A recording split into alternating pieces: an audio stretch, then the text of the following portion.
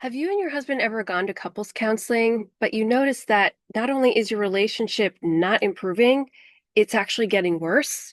And here you are pouring your heart out, but instead of feeling closer to your husband, now he's really listening and he gets it.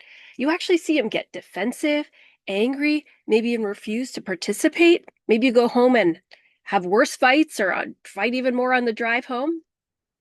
If that sounds like your experience, stay with me. I'm going to share with you why couples counseling often fails and show you exactly what you need to do instead to experience a powerful transformation in your marriage. Now, you've either gone to couples counseling or you're thinking about it because you really care about your marriage, right? You're hoping it'll fix it. So you sit in a room with your husband and you start sharing about all the issues you're having in your marriage, your complaints about him, his flaws, what he's failed to do, the fights you've had, how disappointed you are with him, and why you believe he needs to change. And you think that airing all of this out together with your husband in front of a counselor is going to lead to these amazing breakthroughs. Or maybe even secretly, you're hoping the therapist will take your side and kind of talk some sense into your husband. But here is the hard, but honestly freeing truth. This approach completely backfires because what are you doing? Instead of doing the actions which build connection and intimacy, you're actually eroding the very foundation of trust and respect, right? The problem isn't that you're trying to seek help for your relationship, right? That's actually a really good thing. It's that the approach, the method is working against the very emotional bond that you are trying to strengthen. So instead of both of you feeling closer, you feel even more distant. Why? Because the way that you're sharing, like focusing on the problem with you, or here's what you're doing, or here's what you're failing to do, comes across obviously as criticism or blame. Even if you honestly don't really mean it that way. Like even if you're just like, we're just kind of having an honest conversation about our relationship. Now, this actively breaks down trust and emotional intimacy, which are the very things you are trying to rebuild, right? And doing this in front of a therapist, this is going to be even more humiliating for both of you, and especially for your husband. This is why you likely experienced your husband getting angry or emotionally shutting down or somehow trying to share that hearing all of this just makes him feel really, really hurt. Okay, no husband in the world is going to be like, "Wow, honey, I had no idea you felt that way. Now we're really getting somewhere." Okay, why? Because you've already had these same arguments and fights at home, right? And they didn't get resolved there either.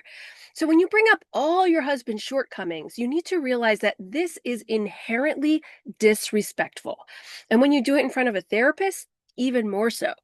You see, we think that we're just having this honest communication, we're actually addressing the issues, we're taking it apart, dissecting it, getting somewhere, but that's not what's happening. Your husband actively feels your disrespect for him, which is probably why he keeps telling you that you're being mean.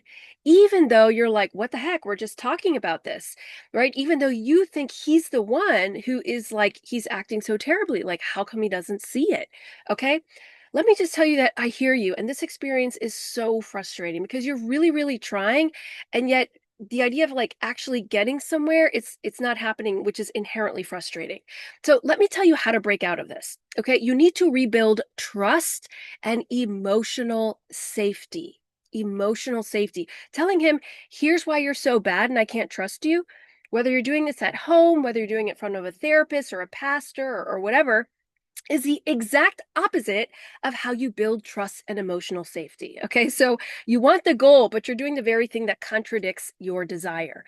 So if you want to actually fix your marriage and experience a very different result, like seeing him tune into you emotionally, like all of a sudden he's listening to your needs and desires that are met with love, with understanding, you have to give up talking to him about all these problems that you see on the surface and change the dynamic underneath. Okay. Like I said, it's like an iceberg where what you see is only the sort of thorny thing sticking out at the top of the water, but you're missing that underneath there's actually a dysfunctional communication dynamic, right? Consisting of a lack of trust and a lack of respect.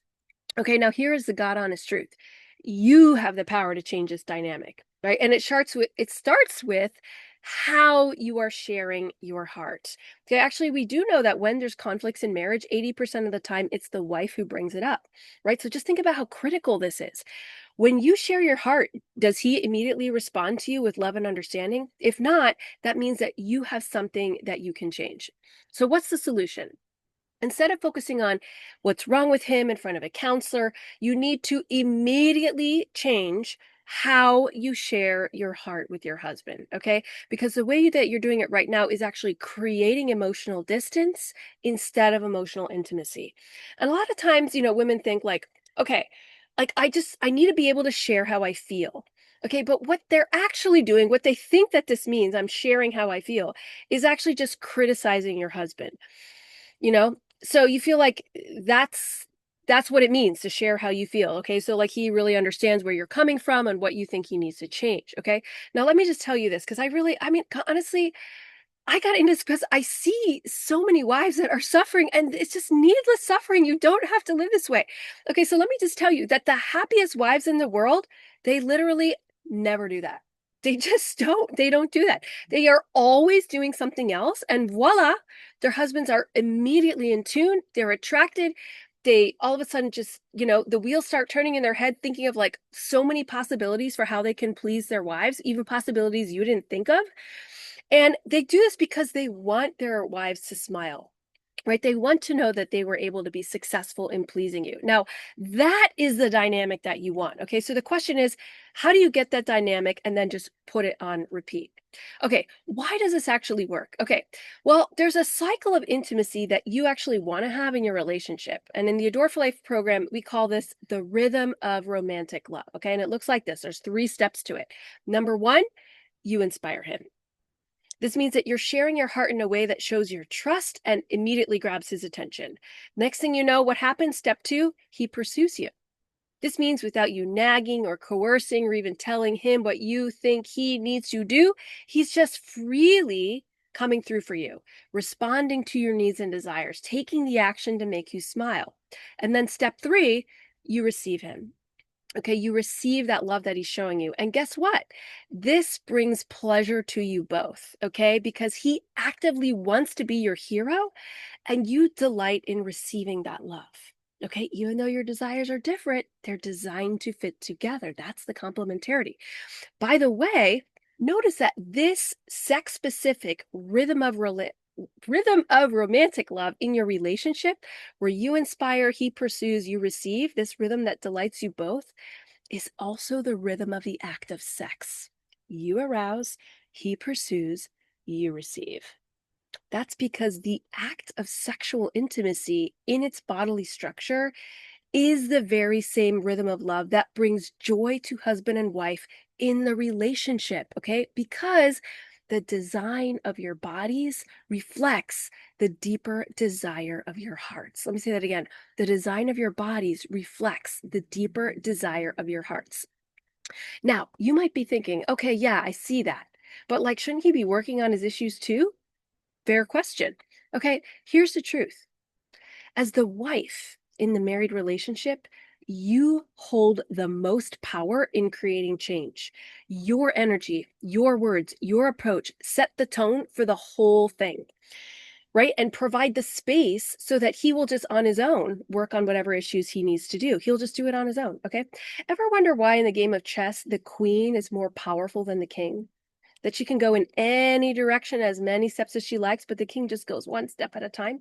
It's because even the game reflects the the honest truth about men and women in the marriage relationship, the king with his queen.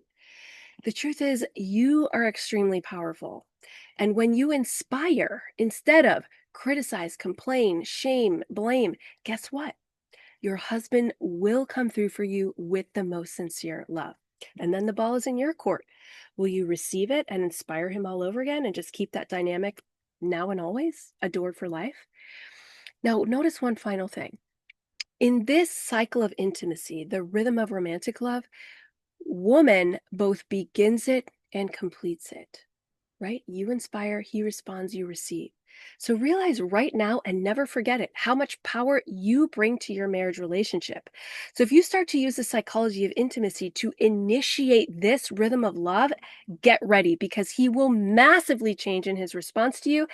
And listen, I'm not saying that he doesn't have flaws, right? He's human, he's got flaws, we all do.